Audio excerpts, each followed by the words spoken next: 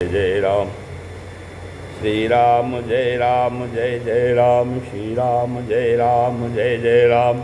कथा कहो तुलसी कृत जथा मति अनुसार।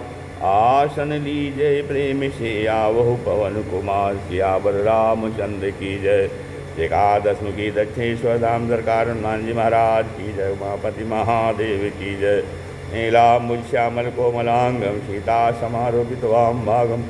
पाणो महासायक चारु चापम नमामि रामम रघुवंशनाथम। ओम श्री सीतारामचंद्राभ्याम नमः। उमामहेश्वराभ्याम नमः। ओम श्री एकादशी दक्षेश्वर धाम सरकार स्मृते नमः। श्री सद्गुरु चरण कमलेभ्यो नमः। श्री राम जय जय राम। सत्संग क्रम में श्री राम कथा का प्रसंग चल रहा है रामचरितमानस से, जिसमें देवर्षि नारद जी जब तपस्या कर रहे थे और कामदेव उनकी तपस्या को भंग नहीं कर पाए, तब कामदेव ने उनकी बड़ी स्तुति किया। हाँ, तो नारद जी थोड़ा ध्यान से देखते हैं तो उनको समझ में आता है क्या कि एक बात बताइए, जो ध्यान में भगवान राम का दर्शन कर रहा है क्या वह काम से प्रभावित होगा? अर्थात विचार करने वाली बात है। गोस्वामी जी ने कहा है कि भगवान राम 100 करोड़ कामदेव से भी ज़्यादा सुंदर हैं। राम काम शतकोटि सुभगतन। जो 100 करोड़ कामदेवों से भी सुंदर भगवान राम का दर्शन समाधि में कर रहा हो, क्या वह मूर्ख है जो राम का दर्शन छोड़कर काम का दर्शन करेगा? तो इसको ऐसा समझा जाए कि मानो आपने 56 प्रकार के व्यंजन पा लिया हो, मलाई रसगुल्ला आदि भोजन करने के बाद कोई आपको डलिया में गुड़ ला कर दे और कहे कि लो महाराज भोग लगाओ, तो आप कहेंगे कि ऐसा है महाराज, हमारी तो बिल्कुल इच्छा नहीं है। इसका कारण क्या है कि हम जब पहले से ही इतना सुंदर भोजन कर लिया है तो गुड़ की आवश्यकता ही नहीं है। इसी प्रकार नारद जी जो समाधि में भगवान राम का दर्शन कर रहे हैं, वह काम के दर्शन से कैसे प्रभावित हो सकते हैं? जैसे दिशे देवताओं ने समझ लिया, उसे नारद जी नारद जी महाराज नहीं समझ पाए। नारद जी तुरंत भोलेनाथ के पास गए। तब नारद गवने शिव पाही। तो नारद जी भोलेनाथ ने नारद जी को बड़े प्रेम से बुलाया। ओ महाराज, आपका स्वागत है। आज सुंदर राम कथा सुनने को मिलेगी। परम सौभाग्य जो आप जैसे संतों का दर्शन प्राप्त हो रहा है। किंतु नारद बाबा तो कुछ दूसरे ही मूड में थे। भोलानाथ ने उन्हें बड़े सुंदर आसन पर बिठाया। भोलेनाथ ने कहा, महाराज बैठो और कोई सुंदर राम कथा सुनाओ। नारद जी ने कथा तो सुनाई, पर परिवर्तन कर दिया उन्होंने। राम कथा की जगह पहले राम कथा सुनाते थे, किंतु आज सुना रहे हैं मार कथा, अर्थात कामदेव की कथा सुना रहे हैं। मार चरित शंकर ही सुनाए। अर्थात भोलेनाथ, मैं समाज में बैठा हुआ था, कथा सुना रहे हैं, और कामदेव वहाँ आया और मेरी समाधि को डिगा नहीं पाया, हार गया पर हमें उठा नहीं पाया। नारद जी के मुख से आत्म प्रशंसा सुनते ही भगवान भोलेनाथ का मुख कमल मुरझा गया। भोलेनाथ ने सोचा कि आप आए तो राम कथा सुनाने के लिए थे, किंतु आप तो काम कथा सुना रहे हैं। नारद जी ने सोचा कि भोलेनाथ का मन नहीं लग रहा है। तब नारद जी भोलेनाथ से पूछने लगे, क्यों सरकार, मेरी कथा अच्छी नहीं लगी क्या?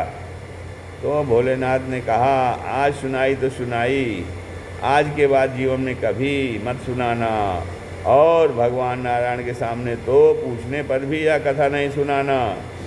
नारद जी अवाक रह गए, आश्चर्य पड़ गए।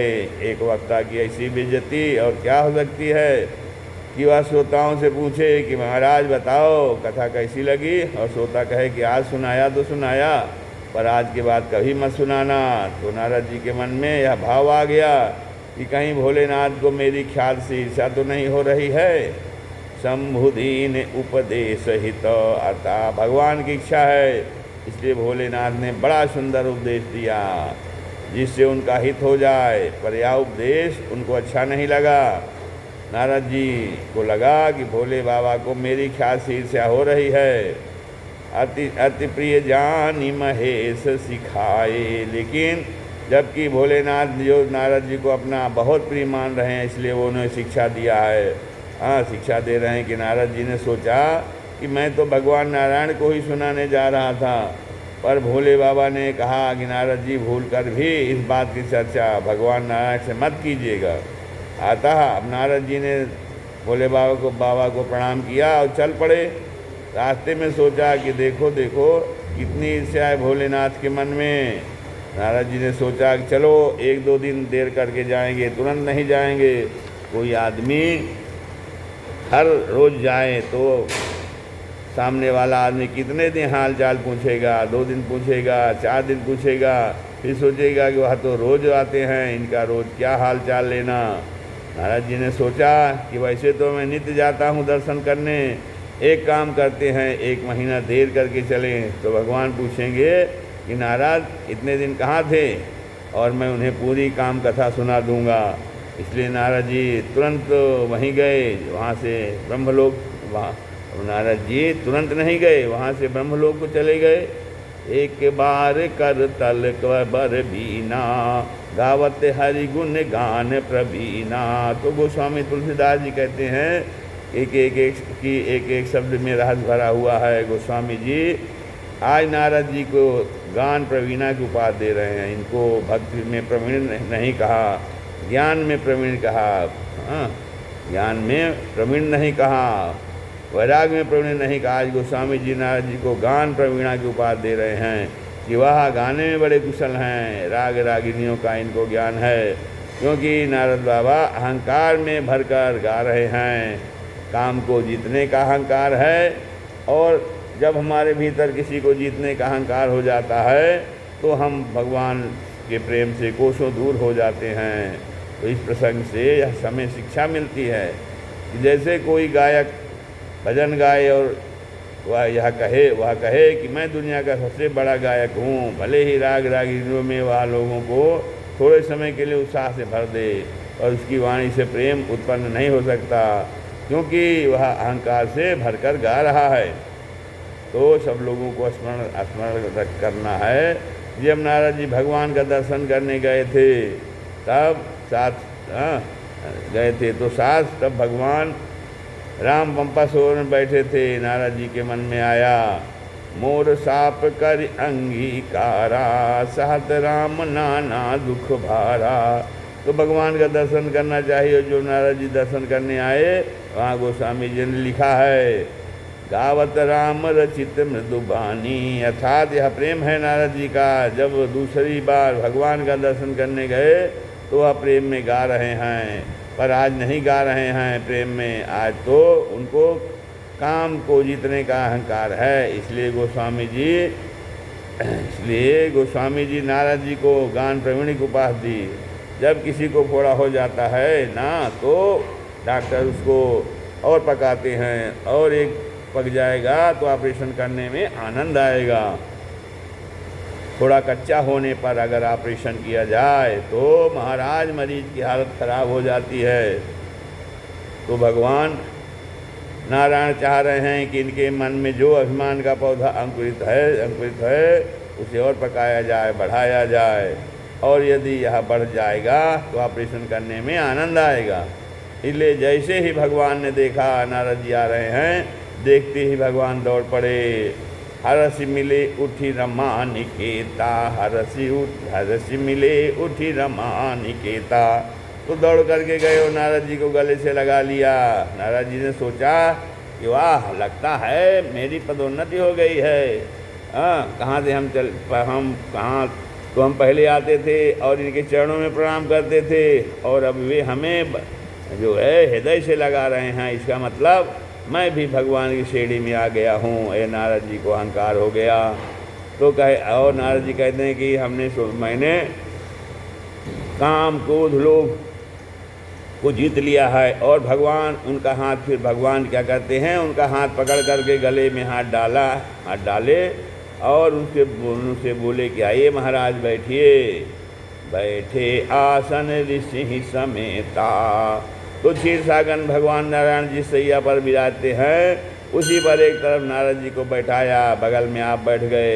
यह देखकर नारद जी ने सोचा कि जो मेरा संदेह था वो दूर हो गया। महाराज पहले आता था तो जल का स्पर्श करके खड़े खड़े प्रणाम करना पड़ता था, आज हमें इन्होंने बगल में बैठा लिया है। और भगवान नारायण नारद जी महाराज से कहने लगे, बहुते बहुते दीनन कीन्हि मुनि दाया, बहुते दीनन कीन्हि मुनि दाया। महाराज बड़े दिनों के बाद आपने दया की है।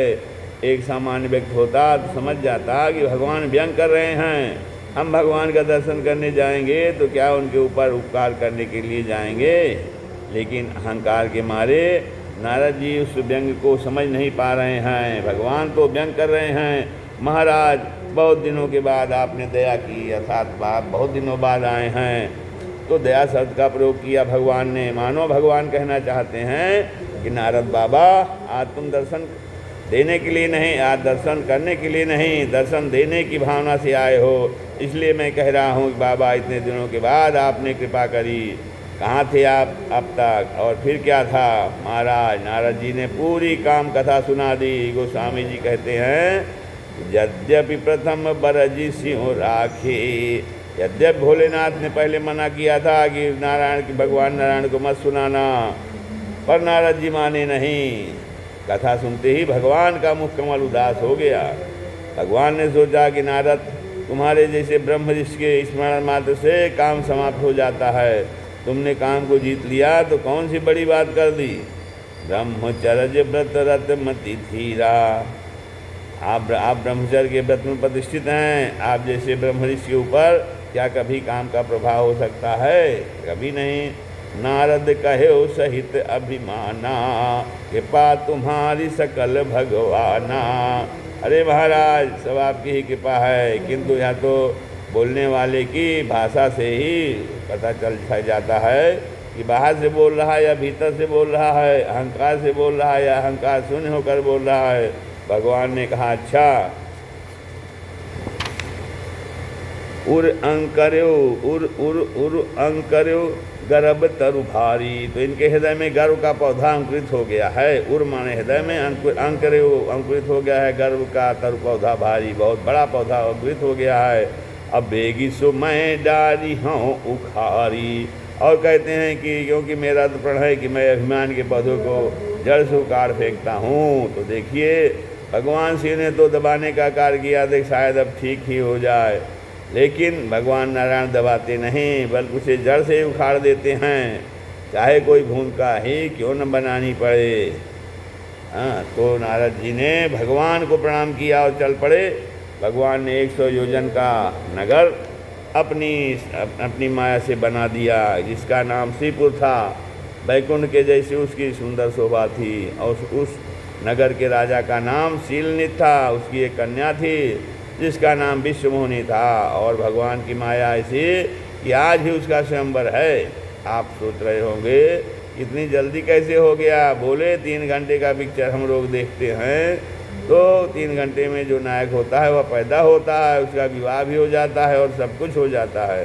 ठीक इसी प्रकार भगवान की माया ने देखते ही देखते, हाँ, भगवान की माया ने देखते ही देखते 100 योजन का नगर तैयार कर दिया। नारद जी ने जब उस नगर को देखा, इतना सुंदर नगर, नारद जी को देखकर ही लगा कि अरे आज तक मैं इस नगर में क्यों नहीं गया, चलो मैं इसे चल करके देखता हूँ। नगर को देखते ही नारद जी के मन में लोभ आ गया। अब वह सारे अवगुण नारद बाबा के अंदर आएंगे। सब भगवान की इच्छा से ही हो रहा है। प्रोड्यूसर भी भगवान ही है, इसलिए सब वही अभिनय करवा रहे हैं। जैसे ही नारद जी ने नगर में प्रवेश किया, नारद जी राजभवन में गए, राजा ने नारद जी का स्वागत किया और तुरंत अपनी कन्या को बुलाया और नारद जी को कन्या का हाथ दिखाया और कहा, कहु नाथ गुण दोष सब। हे नारद जी बताइए मेरी कन्या में गुण और दोष क्या है, स्मरण कीजिए। जब नारद जी हिमाचल जी के पास गए थे तब हिमाचल जी ने कहा था कि कहु सुता के दोष गुणों, तो हिमालय जी ने कहा था कि मेरी पुत्री के दोष पहले बताना और गुण बाद में बताना। पर आज राजा शीलनिधि ने कहा गुण पहले बताना और दोष बाद में, क्योंकि यहाँ माया का उद्देश्य तो नारद जी को मोहित करना है। इसलिए राजा शीलनिधि कन्या के गुण पहले बताने को कहते हैं। हाँ, कि नारद जी ने जैसे श्री देवी का दर्शन किया, नारद जी मोहित हो गए और बड़े देर तक वे उस कन्या को देखते ही रह गए। साक्षात भगवान की माया ही तो विश्व मोहिनी के रूप में आई हैं। नारद जी भगवान की माया से मोहित हो गए और बड़ी देर तक विश्व मोहिनी को निहारते रहे। शीलनिधि ने कहा कि महाराज, हाथ की रेखा देखने के लिए क्या कहा है? जैसे जरा मेरी बालिका की हाथ की रेखा तैयार, जरा मेरी बालिका की हाथ की रेखा देखकर बताइए, इसको कैसा पति मिलेगा? नारद जी ने कहा, महाराज ध्यानपूर्वक सुनो, आपकी इस बिटिया के सुंदर लक्षण है, मैं आपको बताता हूँ। जो एहि बरई अमर सोई होई, समर भूमित ही जीत न कोई, से वही सकल चराचर ताही, बरई शील निधि कन्या जाही। तो जो इस कन्या के साथ विवाह करेगा वह अमर हो जाएगा, जो इससे विवाह करेगा उसे युद्ध में कोई नहीं जीत पाएगा। अब बताइए, सही बोल रहे हैं कि झूठ बोल रहे हैं नारद जी? सच तो नहीं बोल रहे हैं, क्योंकि जो उनसे विवाह करेगा वह अमर हो जाएगा। उसकी हाथ की रेखा में तो यह लिखा था कि जो अमर होगा वही से विवाह करेगा, तो दूसरा जो अजय होगा वही से विवाह बने करेगा। और तीसरी बात, जिसकी सेवा सारा संसार करता होगा वह उससे विवाह करेगा। तो नारद जी ने कहा, अगर सही बताएंगे तो मेरा नंबर तो पहले ही कट जाएगा। लक्षण सब विचारी हौर राखे, कछुक बनाए भूप सन बाखे। तो नारद जी ने कहा, राजा से झूठ कह दिया और तुरंत यहाँ से दौड़ पड़े। सोचने लगे, कैसे करूँ, क्या करूँ, किस राजकुमारी से मेरा विवाह हो जाए, कुछ समझ में नहीं आ रहा। देखो तो सच्चे संत होते हैं, जब उनका पतन होता है ना, तो भगवान आकर उनकी रक्षा स्वयं करते हैं। और जो मायावी संत होते हैं, जब उनका पतन होता है तो उनके लिए और हवा चला देते हैं। ऊपर ही अंत न होई निबाहु, काल ने मिरावन राहु। जिसने संत का भेष बनाया वह संसार में एक न एक दिन अवश्य प्रकट हो गया, लेकिन जिसके भीतर संत का स्वभाव है, उसका स्वभाव भगवान की माया भी कुछ नहीं बिगाड़ पाती, क्योंकि भगवान स्वयं उसकी रक्षा करते हैं। क्योंकि जो सच्चे संत होते हैं वो संसार में कोई आशा से कोई आशा नहीं करते। आशा एक राम जी की, दूसरी आशा छोड़ दो। आज नारद जी ही सोच रहे हैं कि यह स्त्री उन्हें किस प्रकार मिले। तभी नारद जी को ध्यान आया कि मोरे हित हरि सम नहीं कोई, मोरे हित हरि सम नहीं कोई। मेरा हित करने वाला परमात्मा की सिवा कोई नहीं है। यद्यपि नारद जी रोगी हैं,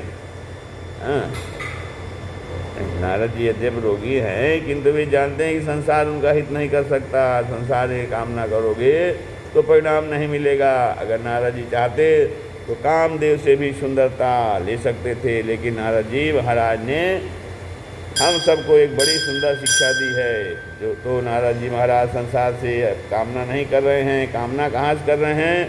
मोरे हित हरि सम नहीं को, मेरा हित करने वाला परमात्मा के समान कोई नहीं है।